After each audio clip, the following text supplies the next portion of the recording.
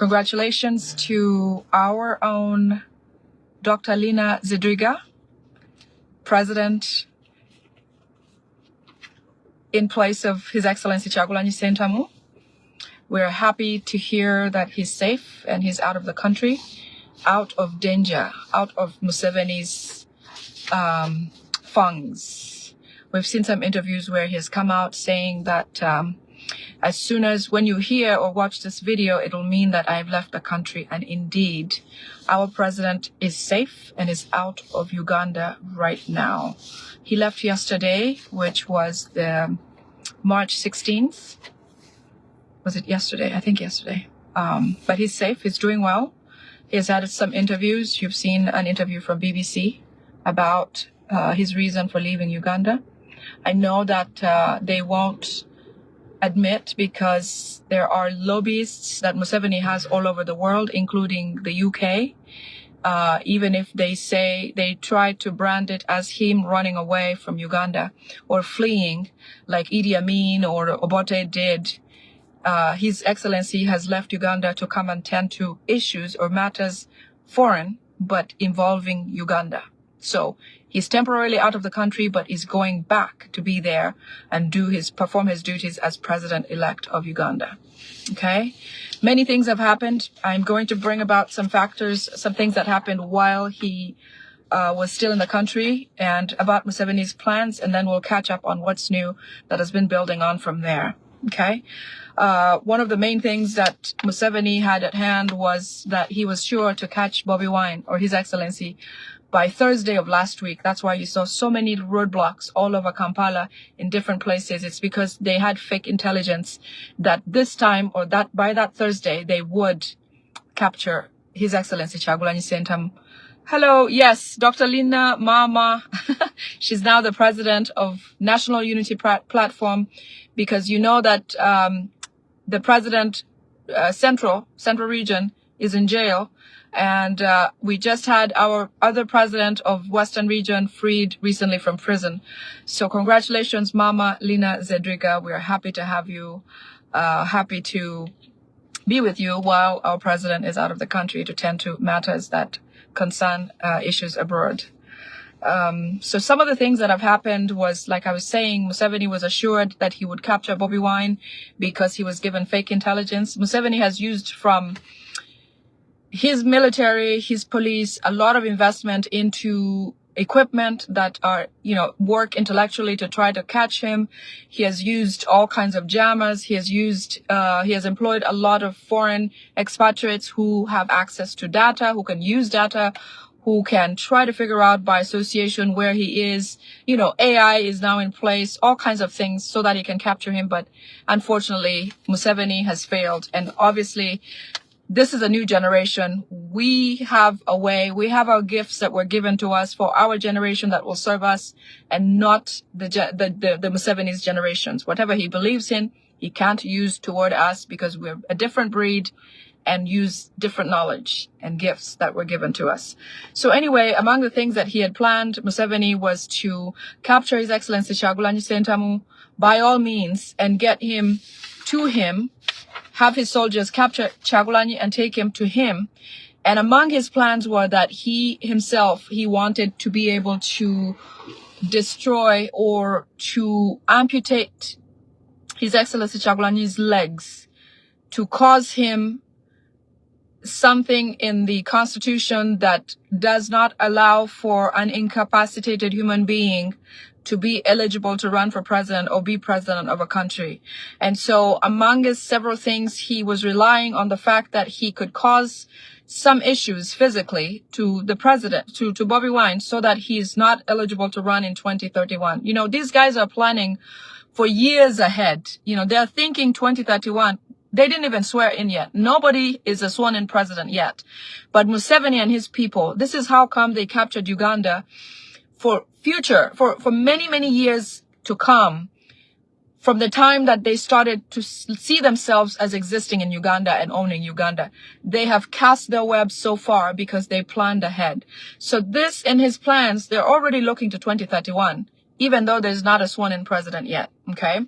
So, Museveni plans on as I mentioned, he had so many different ways to try to catch him, including witch doctors. Apparently, there's one who came from Congo who he brought in. Apparently, was told that he's a super expert and would make sure he'd find His Excellency Chagulanyi, which he tried, and that didn't work.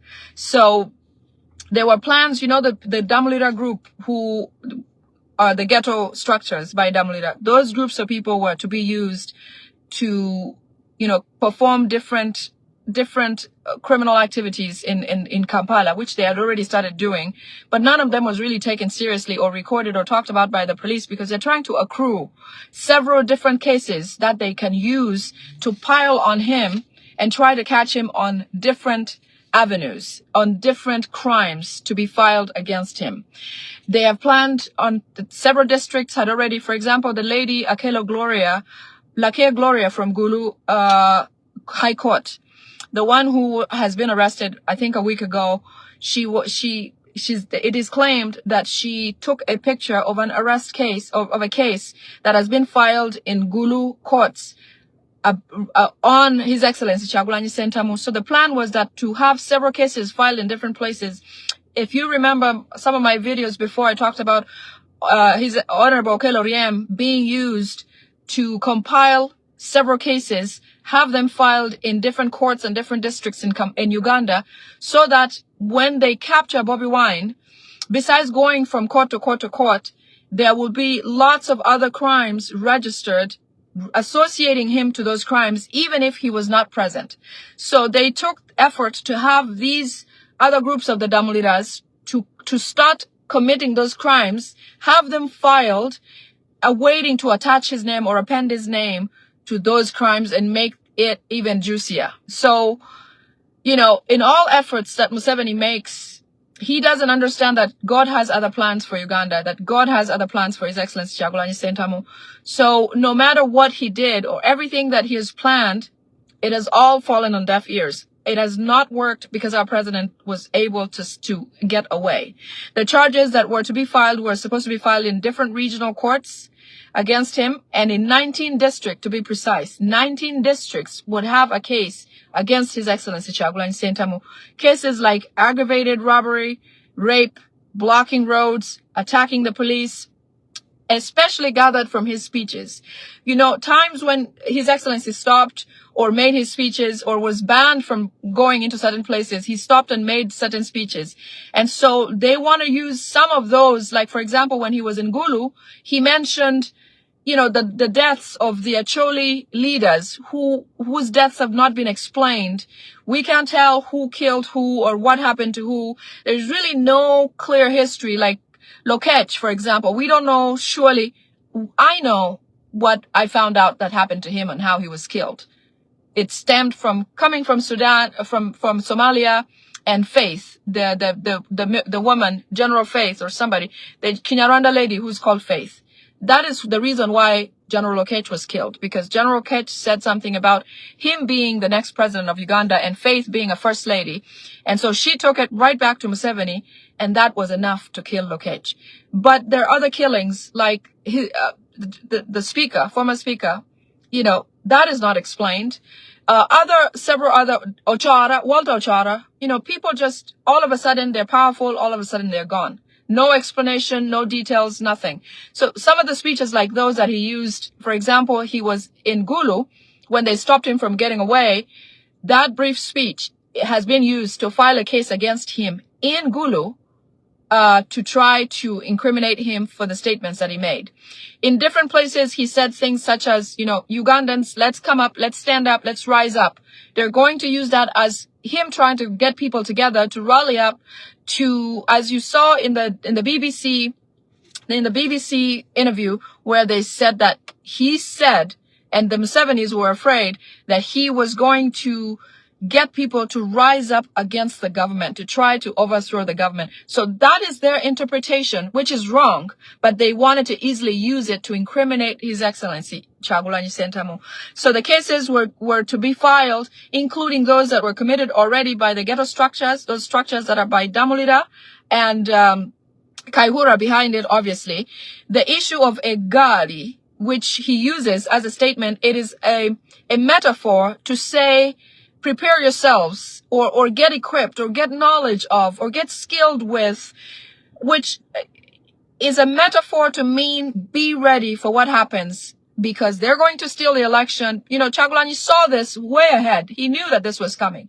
So Egali, which I know very well because I speak some Luganda, it means preparing yourself, even if it means educating yourself about arming yourself with the Constitution and the laws of the land and everything that benefits us to try to get ahead. The Museveni interpretation, because all he thinks about is the power of the gun, okay, and the power of force, physical force. He interprets it as a metaphor that Bobi Wine uses to make his group or the NUP or change supporters violent. That is not what Egali means, but Museveni wants to use that against His Excellency, okay? So by Thursday, he thought he was going to do that, but that didn't work. And he's trying to divert the media, and he has invited bloggers and asked them to try to use to talk about, to try to talk about different issues instead of focusing on the roadblocks and the things that Museveni is putting in place to catch His Excellency Chagulanyi Sentamu. He also increased the ransom to $1 billion for whoever knows any whereabouts. Apparently, there are several NUP leaders who are secretly working with Museveni. Several. And in the next few days, you may hear about their names, or they may come out and act differently, or they may look more interested in Museveni than would be NUP. Or the party itself. Apparently, a few, maybe up to three family members of His Excellency have accepted some sort of bribe from Museveni to be able to offer where he is, and also to work alongside Museveni more than their own son or brother or relative. So the names will come out, but several NUP members or executives, several, and other members are working secretly with the Museveni camp. We will come to find out what their names are, but in the meantime, that's a fact. So be careful. If you're a member of the NUP and you are a true member, remember that now we have Her Excellency Lina Zadriga, who does not play around and was able to fire people who are inappropriate, like the Mpugas. I think Mpuga left because Lina was involved at the time. She was president, and she does not take prisoners. So be watchful. Stay true, stay to yourself. If you are suspicious of another leader doing certain things or crossing over, just be mindful and stay on the right side, because soon, as always, they come out. Okay? So the ransom amount, as I mentioned, has increased to about $1 billion from Museveni to try to catch His Excellency. But now that he's out of the country, too bad. And Museveni is very upset with the people who he set in place to work, to do certain things, like the police officers who were the leaders in the areas where they were sent to set up roadblocks, or people who work for immigrations, the other members of the military forces who were set aside to focus on the mission to try to catch His Excellency, the SFCs and all of those. They're answerable right now. He has taken some of them into custody. Some of them have been remanded. A lot of them are under punishment, and some have fled, and so thankfully some of them are crossing over to the NUP party and are ready to speak, which is really, really good. But many of whom Museveni sent to go and do this mission as to capture His Excellency are in big, big trouble. Major reshuffles are coming up in the police and the military. Obviously, immigrations, as you know, Kainerugaba had mentioned, trying to bring in people who are more accepting to admitting Rwandese and giving them documentation in Uganda. So in the meantime, be watchful for, change. A lot of SFCs from Rwanda are being put in the military by force and police forces. So Ugandan military and Ugandan police force, you don't have to work for this man, and you don't have to perform all the dirty jobs, because eventually your names are public, and those people's names are not anywhere, because they even wear the wrong badges. They wear the wrong names on them. So they're not identified. So if you're a pure Ugandan military or policeman, stay away from the criminal activity of these people, because you will be the one to be punished, and they won't punish their own people. Okay? So as the robberies were planned by the ghetto structures, Museveni had planned to have them, commit all these crimes on CCTV, have them recorded correctly, have them used, and after His Excellency is captured, which according to him was that he would capture him, they would bring him to him, and what he first of all would like to do, which when I mention this, it doesn't mean that the plans have stopped because His Excellency got away. It doesn't mean that. It just means that we would be more careful and be vigilant, or have the president more prepared for what they presume they could do for him or do to him. So they would take him, and Museveni plans to, like I said, amputate him without any anesthesia. Okay, which is crazy, but these people do these things every day. And then they would set up some sort of raid where His Excellency would be in the same home, and then they would act as if that accident occurred at the time of that raid. He also plans to introduce a law which he wanted to use his disability under the law, that he would not be able to be eligible to run for president because of the circumstances of being unable to walk or perform his duties legibly. So they're looking at 2031. We should, even if we're still trying to get our 2026 win, we have to think ahead as Ugandans for a better country. We have to make every effort to try to get these people out of the presidency, the leadership of Uganda, to clean up, which is a lot of work for His Excellency in the future to come, because so much has been destroyed, so much has been lost in Uganda, and we have a lot of work to do. Eventually, the end goal for Museveni is to end NUP and National Unity Platform altogether from Uganda, and also every form of opposition would be over, according to them. This doesn't mean that they're going to be successful, but this just lets you know that according to them, they think that is what they would do, they would want to do. I was reading a comment, sorry. So Museveni has known that mission so far is not going to move forward, and so he's very upset about that. Others say that it is potentially possible that they may even get rid of Muhoozi Kainerugaba because of so much that he has done in his tweets and his messages and all these things that have brought the government down. But like I said, being a first child or being the child of the president, they feel too privileged, too powerful.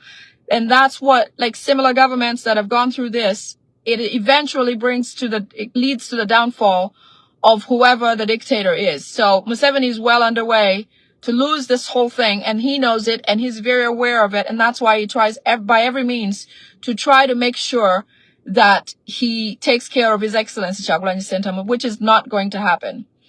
So he's gotten out. He's in. I couldn't say where he is right now because it's probably not the best thing to talk about and get out there, but he's free and he's doing well, and he's doing what he should do abroad.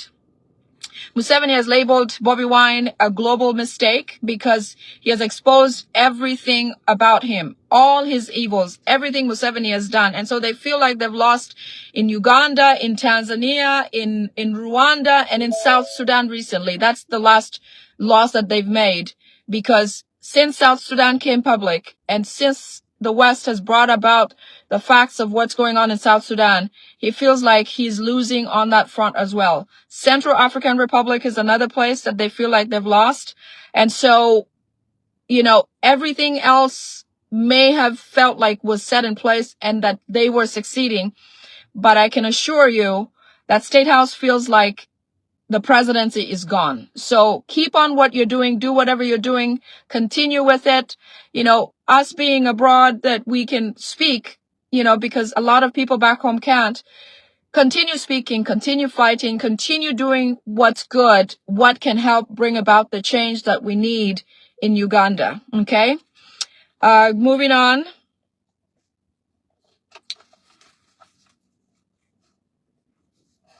Museveni is very upset with the people who he sent to perform these missions to try to catch His Excellency. He's very upset, and he said he's going to call them individually and deal with them.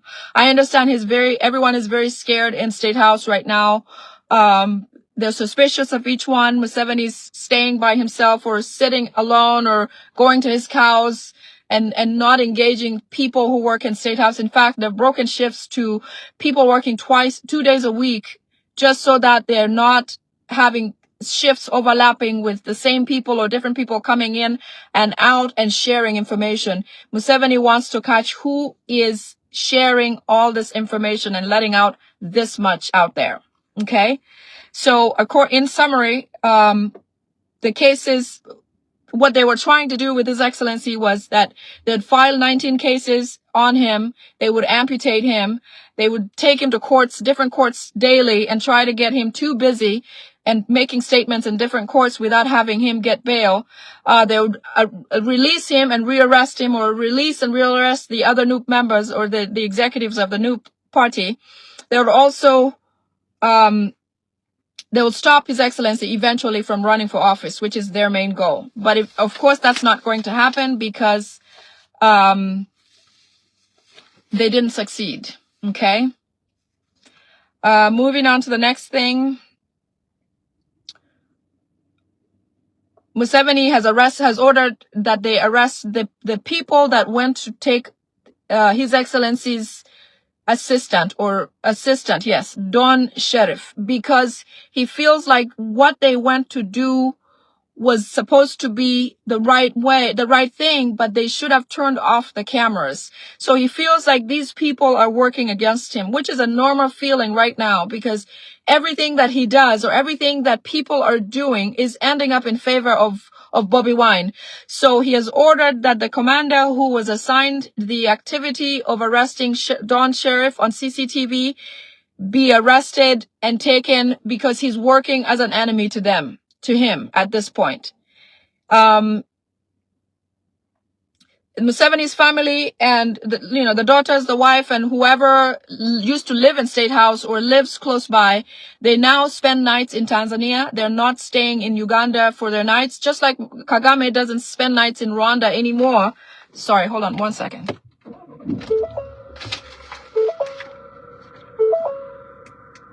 So just like Kagame spends nights in Uganda with Salim Saleh and all of them, the same thing is happening with the Museveni family. They're going to spend their nights in Tanzania daily because they're afraid of what could come as a surprise to them. They know that at any point in time, something is going to get them, okay?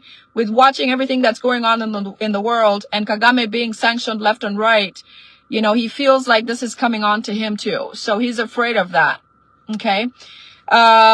Janet is in poor health. Apparently with everything that's going on, all of the information that's being leaked, she's getting more critical. As you know, they're much, much older than we actually know. Their health is not in great shape, but they're sticking to it. They're trying to, yes, free Don Sheriff's wife. You're right. Thank you, Shakira. Both of them are in really poor health. And that's one of the things that Museveni thinks that he should try to debilitate His Excellency because he thinks that it'll make them equal or make him feel more powerful or more strong, by making His Excellency, debilitated somehow. Janet's legs are getting worse with cancer, and Museveni plans to declare Uganda like a North Korean rule. So if you see the way people in North Korea live, it is exactly what Museveni is trying to implement in Uganda. He has decided now that he's going to move forward with that plan because he feels like people are better controlled when he keeps them poor and keeps all access to activities or things that benefit citizens away from them. So he's working closely with the North Korean people to try at president, because they're good friends, they're both dictators, so that he can implement exactly what he does in his country for him to rule for so many years, so he can implement it and do it in Uganda as well. So hopefully that does not come to fruition, but, with people who could care less about others, it is possible that he can do that. He can try to do that. Museveni has very bad plans for Kasese district. He plans on causing some major atrocity. I've heard he's probably going to do a terrorist act. He's probably going to do a bombing there and is going to cause insecurity and criminality in that region because Kasese borders that side of Congo where he has normally blamed ADF for something happening in Kasese. He will easily say it was the ADF. He wants to see a way of getting money from the Western world because a lot of times they've considered Museveni a peacekeeper in the region. So if anything broke off or any war or anything like that, those people, the Western world, instead of getting involved, they would just dish money to him and have him deal with those wars. And yet, all those times, those wars were engineered by Museveni. ADF is Museveni's militia, and so is M23. So he's now planning something major for Kasese. Okay? Kasese region. If you live in that region, be mindful. If you do remember the big attack on the school at the border of Kasese that killed a lot of children, it's going to be bigger than that, and they say that. Okay? The NTV sale was fake. The real owner of NTV is actually Museveni. That thing that was in the media about a gentleman from Tanzania coming to buy off the network, it never happened. It did happen physically just to make pretense of what exactly happened. So that gentleman is Museveni's proxy to own MTV. So NTV was not bought by the Tanzanian fellow from the what is that group? The business group that had it, the one from from Kenya. I forget what the name is. But that was not a buy-off or a trade-off. It actually is something where Museveni simply changed proxy. So the same control will apply, maybe even stiffer control by State House on what comes out onto the media. There's going to be a lot of fake news that is going to come out that will not benefit the citizens. Obviously will just hoodwink everyone to think everything is normal and okay in the country, but no. Okay? Now that our president is out here in the diaspora, we are gearing up efforts to continue with the support. In fact, do even more. We're trying to rally to get more people out to peacefully protest, share information, fundraise, do whatever we can so we can help move things forward. There's going to be a lot and lots of interviews. So educate, share as much as possible, share facts. You know, whatever is happening out there at home that you can share with us so we can get it to the right place, please send them on. Okay? What else do I have to share? I think that's all I have got for today. I will be coming back tomorrow. Obviously, it's gotten a little dark out here, but I'll bring back some more to share with you tomorrow. I hope you're going to have a great day, good night, and good evening or good morning in Uganda. I love you all so much, and I hope you have a great rest of your day. Thank you. Love you and leave you. Bye-bye.